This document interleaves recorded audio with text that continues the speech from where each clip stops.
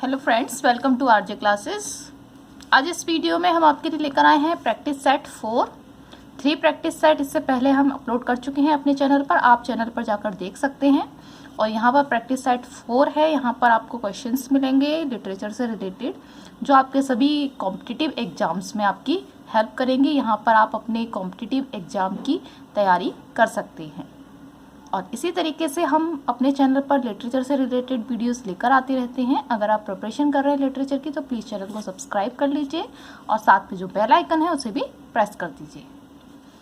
आइए स्टार्ट करते हैं।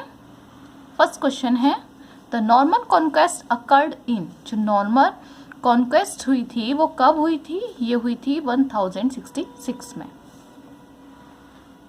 नेक्स्ट है, Chaucer's Canterbury Tales begins with Knight's Tale. Chaucer की जो कैंटरबरी टेल्स है वो नाइट की टेल से शुरू होती है एंड एंड्स विद, और ख़त्म होती है किसकी टेल से? पार्सन की टेल से। नेक्स्ट है, Chaucer's Canterbury Tales is based on. Chaucer की कैंटरबरी टेल्स किस पर बेस्ड है? ये बेस्ड है बोकेशियोस डिकैमरन।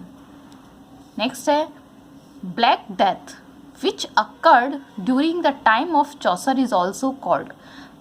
चौसर के टाइम में जो ब्लैक डेथ अकर हुई थी, जो ब्लैक डेथ फैली थी चौसर के टाइम में, उसे हम किस नाम से भी जानते हैं? उसे जानते हैं हम ग्रेट प्लेग के नाम से। नेक्स्ट है, the name of the poet who was born during the reign of Edward third. उस पोइट का नाम बताइए जो एडवर्ड थर्ड के शासन में जिसका जन्म हुआ था। Lived through that of Richard second. Richard second के शासन में वो रहा था and died in the reign of Henry fourth, और हेनरी फोर्थ के शासन में उसकी डेथ हुई थी। तो वो कौन सा पोइट है? वो है चौसर। नेक्स्ट है, the peasants revolt took place in the. Peasants revolt कब हुआ था? ये हुआ था 1381 में। नेक्स्ट है, the 100 Years War which occurred during the reign of Edward third began in. जो 100 Years War हुआ था, जो कि एडवर्ड थर्ड के शासन में हुआ था, तो ये कब शुरू हुआ था? ये 1337 में शुरू हुआ था और ये 1453 तक चला था। नेक्स्ट है, Chaucer's the Book of the Duchess is an allegory on the death of. Chaucer की जो बुक ऑफ डचेस है ये एक एलिगरी है। ये इन्होंने किसकी डेथ पर लिखी है? ये लिखी है उन्होंने Chaucer's patron John of Gaunt's wife Blanche. Chaucer के जो पैट्रन थे, संरक्षक थे जॉन ऑफ गॉन्ट, उनकी वाइफ थी ब्लैंच। उनकी डेथ पर चौसर ने द बुक ऑफ डचेस लिखी थी। नेक्स्ट है, Chaucer's the House of Fame has close resemblance to. Chaucer का जो वर्क है House of Fame has close resemblance. इस मतलब क्लोज रिजेम्बलेंस यानी कि समानता रखता है ये चौसर का वर्क।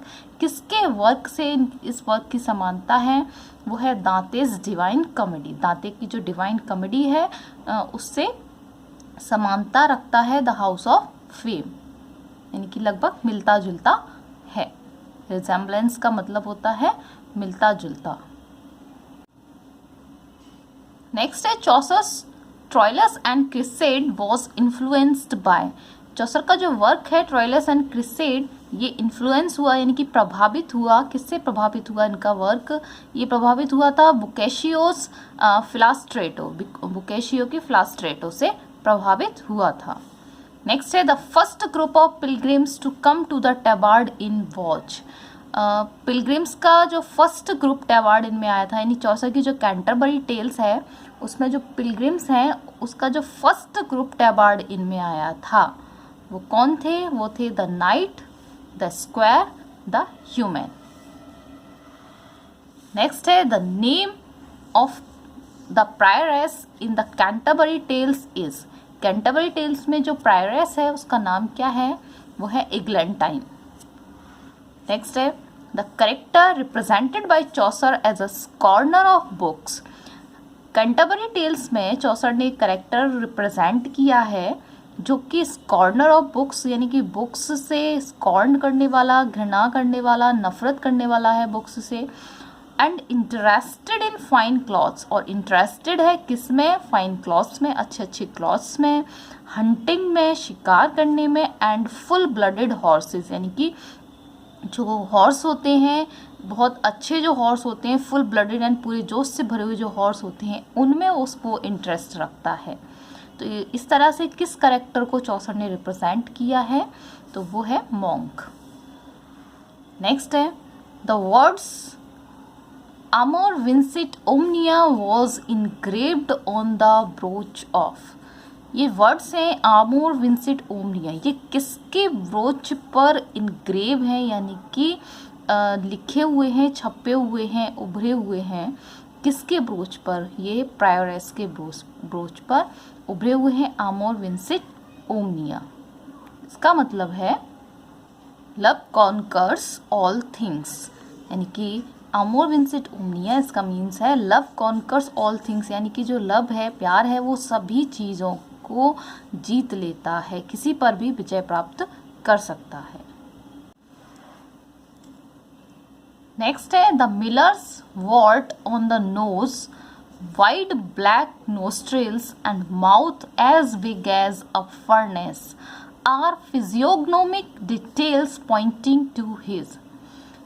मिलर की जो फिजिकल जो अपीयरेंस है मिलर का, वो बताया गया है कि उसके नोज़ पर एक वॉर्ट है, यानी कि मस्सा है, वाइड ब्लैक नोस्ट्रिल्स, और उसके जो नोस्ट्रिल्स हैं वो बहुत ही वाइड हैं, चौड़े हैं, ब्लैक दिख रहे हैं, एंड माउथ, और उसका माउथ है as big as a furnace, जैसे कि फर्नेस होती है, फर्नेस यानी कि हम भट्टी जो होती है, इतना बड़ा माउथ है। इस तरीके का फिजिकल अपीयरेंस बताया गया है मिलर का, जो उसके किस चीज़ की तरफ पॉइंट करता है, उसके किस करेक्टर, उसके कौन सी विशेषता बताता है, तो ये बताता है उसके बारे में ग्रीड, वल्गैरिटी एंड कोर्सनेस।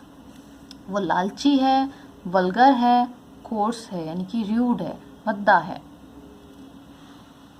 नेक्स्ट है the characterization of the Monk, the Prioress, the Summoner and Pardoner reveal. जो कैरेक्टराइजेशन किया है चौसर ने कैंटरबरी टेल्स में मॉन्क का, प्रायरेस का, समनर का और पार्डनर का, ये क्या दिखाता है, ये दिखाते हैं the corruption of the church, church के करप्शन को, भ्रष्टाचार को दिखाते हैं कि इस तरह के लोगों ने चर्च में कैसे भ्रष्टाचार फैलाया हुआ है। नेक्स्ट है Chaucer's Canterbury Tales begins in. Chaucer की कैंटरबरी टेल्स कब शुरू होती है, ये शुरू होती है अप्रैल मंथ में at the height of spring, जब स्प्रिंग यानी कि बसंत ऋतु अपने पूरे जोर पर होती है। नेक्स्ट है Piers the Ploughman was written by, Piers the Ploughman किसके द्वारा लिखा गया वर्क है, ये लिखा है विलियम लैंगलैंड ने। नेक्स्ट है John Gower's Speculum Meditantis is written in French. John Gower का जो वर्क है स्पेकुलम मेडिटेंटिस, ये फ्रेंच में लिखा गया वर्क है। वॉक्स क्लेमेंटिस इन लैटिन, वॉक्स क्लेमेंटिस लैटिन में लिखा गया वर्क है उनका। एंड कन्फेसियो अमेंटिस इन, और कन्फेसियो अमेंटिस लिखा गया है उनका किसमें, इंग्लिश में। नेक्स्ट है Morte d' Arthur is a prose romance bye.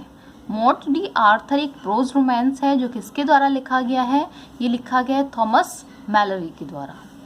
Next है heroic couplet was used for the first time in English literature in. Heroic couplet का सबसे पहले यूज़ इंग्लिश लिटरेचर में किया गया था, और वो किस में किया गया था, ये किया गया था Chaucer's the Legend of Good Women. Chaucer का जो वर्क है the Legend of Good Women, इसमें सबसे पहले हीरोइक कॉपलेट का यूज़ किया गया था। नेक्स्ट है rhyme royal was introduced into English by. Rhyme royal English में इंट्रोड्यूस किया गया किसके द्वारा, चौसर के द्वारा। नेक्स्ट है the miracle plays dates back to the, जो मिरेकल प्लेस हैं वो डेट्स बताते हैं अपनी कब की, वो बताते हैं लगभग 12th सेंचुरी में, 11th-12th सेंचुरी में लगभग वो लिखना शुरू हुए थे, लेकिन 13th सेंचुरी से वो पॉपुलर हो गए थे। नेक्स्ट है Harrowing of Hell, Saint Nicholas and Raising of Lazarus are examples of. ये किसके एग्जाम्पल हैं, Harrowing of Hell, Saint Nicholas and Raising of Lazarus, ये एग्जाम्पल्स हैं मिरेकल प्लेस के। मिरेकल प्लेस को सेंट्स प्ले भी कहा जाता है। नेक्स्ट है mystery plays deal with the themes of. Mystery play deal करते हैं किस थीम से, किस तरह की थीम्स होती है मिस्ट्री प्लेस में? वो होती है क्रिएशन की, फॉल की एंड रिडेम्पशन की। क्रिएशन यानी कि किसी चीज़ को क्रिएट करना, उत्पन्न करना, फॉल यानी कि पतन हो जाना, एंड रिडेम्पशन यानी कि मुक्ति का। Mystery plays and morality plays were invoke from the. Mystery plays और मोरालिटी प्लेज इन्वोक प्रचलन में आ गए थे कब प्रचलन में आ गए थे? 14th सेंचुरी में। यानी कि ये 11th-12th सेंचुरी से लगभग लिखे जाने शुरू हो गए थे। 13th सेंचुरी में ये थोड़े से और फेमस हो गए थे और 14th सेंचुरी में ये बिल्कुल ही प्रचलन में आ गए थे। Chaucer was called the well of English undefiled by. Chaucer को कहा जाता है the well of English undefiled, यानी कि जो चौसर है वो है द वेल यानी कि कुआं है, ऑफ इंग्लिश अनडिफाइल्ड। डिफाइल्ड, अनडिफाइल्ड यानी कि शुद्ध तक। इंग्लिश यानी शुद्ध इंग्लिश का एक कुआं है, यानी कि सब जो इंग्लिश है उनकी बहुत अच्छी है, बहुत शुद्ध है। ये सब कहा जाता है चौसर के बारे में, किसके द्वारा? स्पेंसर के द्वारा। नेक्स्ट है the second shepherd's play by Wakefield master is an example of. The second shepherd's play है जो वेकफील्ड मास्टर के द्वारा लिखा गया है, ये किसका एग्जाम्पल है? ये मिस्ट्री प्ले का एग्जाम्पल है। नेक्स्ट है interludes are short dramatic pieces filling intervals. Interludes क्या होती हैं? एक शॉर्ट ड्रामेटिक पीसेस होते हैं जो कि इंटरवल्स को भरने के लिए होते हैं, यानी कि जो प्ले होते हैं, प्ले किए जाते हैं, उनके बीच बीच में जब इंटरवल्स होते हैं उनमें बीच में शॉर्ट ड्रामेटिक सीन्स दिए जाते हैं जिन्हें इंटरल्यूड कहा जाता है। That grew under the patronage of, जो ग्रीव हुए किसके पैट्रोनेज में, किसके संरक्षण में? हेनरी 8th के संरक्षण में वो ग्रीव हुए थे। क्या? इंटरल्यूड्स। इंटरल्यूड्स क्या होते हैं? जो प्ले होते हैं, प्ले के बीच बीच में जो इंटरवल्स आ जाते हैं, उन इंटरवल्स को भरने के लिए एक शॉर्ट ड्रामेटिक सीन्स क्रिएट किए जाते हैं, वो इंटरल्यूड्स होते हैं। नेक्स्ट है the morning star of the renaissance is. Renaissance का जो मॉर्निंग स्टार है वो किसे कहा जाता है? वो कहा जाता है चौसर को। तो ये प्रैक्टिस सेट 4 है यहाँ पर आपकी प्रैक्टिस के लिए, जिससे कि आप अपने इंग्लिश के एग्ज़ाम की तैयारी कर सकें, और इसके आगे आपको और भी प्रैक्टिस सेट्स मिल जाएंगे।